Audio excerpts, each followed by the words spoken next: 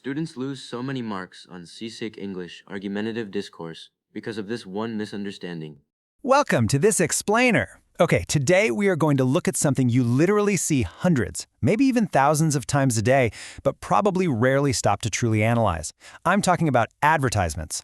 We so often think of ads as just, simple pictures and catchy text trying to sell us something.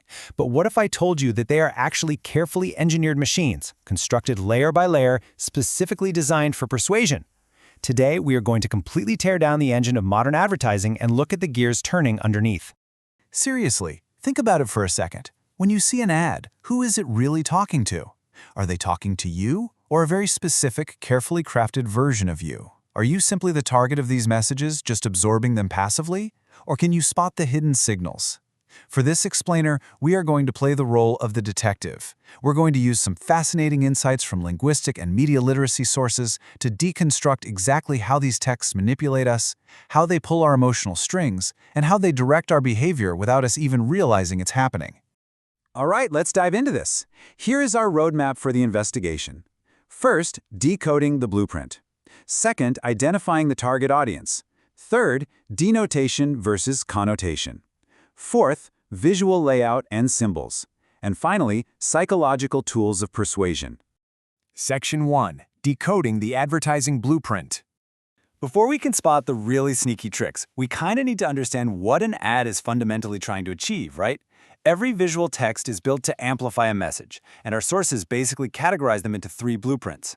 First up, expository texts. These aim to inform or explain. Think of an ad giving you energy efficiency tips, or maybe a cross-section diagram of a new car engine. Second, there are argumentative texts. These aim to convince or direct your behavior, relying heavily on visual and auditory effects to sway your opinion, or, let's be honest, get you to open your wallet. And finally, there are literary texts, which aim to entertain or stir deep feelings, kind of like a really powerful pictorial collage about a historical event. And the thing is, every single ad you see fits into one or a combination of these blueprints. Now, purpose is rarely explicitly stated. Advertisers don't just spell it out for you, you really have to read between the lines. So to find out who the ad is for, you need a method. Step 1. Analyze the content. What are the actual facts or tips being given? Step 2. Evaluate the diction. Is the word choice simple, everyday language, or highly technical? And Step 3. Identify the call to action. What does the text actually want the reader to go out and do? Answering those three questions totally cracks the code. Section 2. Identifying the target audience. Let's actually put those steps into practice to see how utility and diction give away the true target.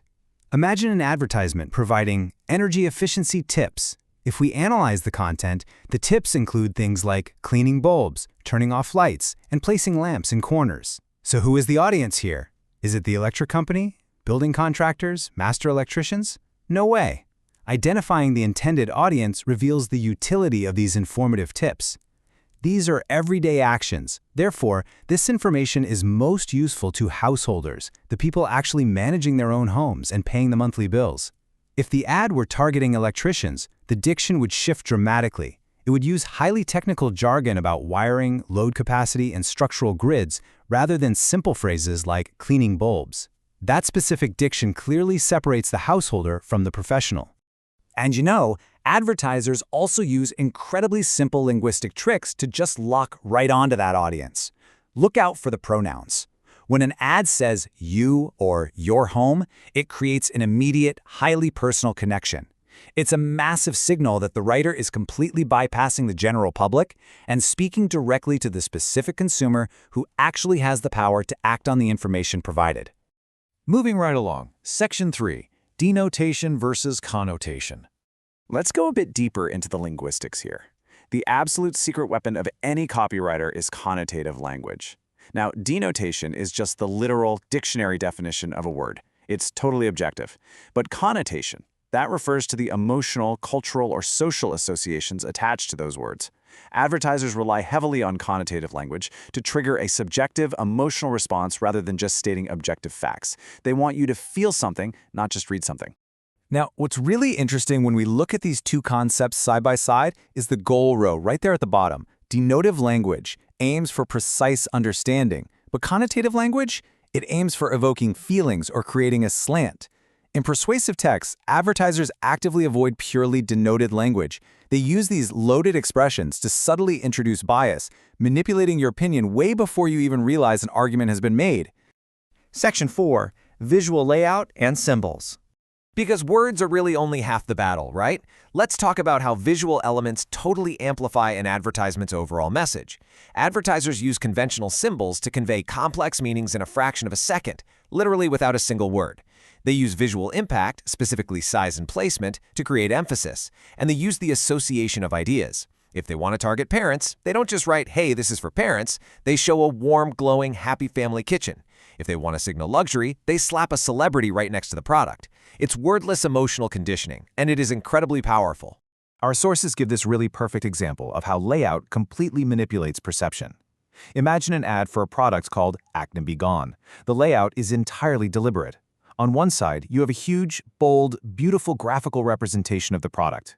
It completely dominates your visual field. But down at the bottom right, a tiny, barely readable font detailing the product's side effects. They are maximizing the cure visually while literally bearing the negative consequences in the layout. You are being visually directed exactly on what to care about. Which brings us to Section 5, Psychological Tools of Persuasion. All right, this is the final, deepest layer of our investigation. The advertiser's ultimate psychological arsenal. They use financial enticement, slashing prices visually to make you feel like you're actually saving money rather than spending it. They manufacture urgency with phrases like "while stocks last," artificially rushing your decision-making process. They use emotional appeals, targeting your deepest, darkest fears and desires. And they use appeals to authority, stamping on a tested-by-dermatologist badge to build instant, unquestionable trust.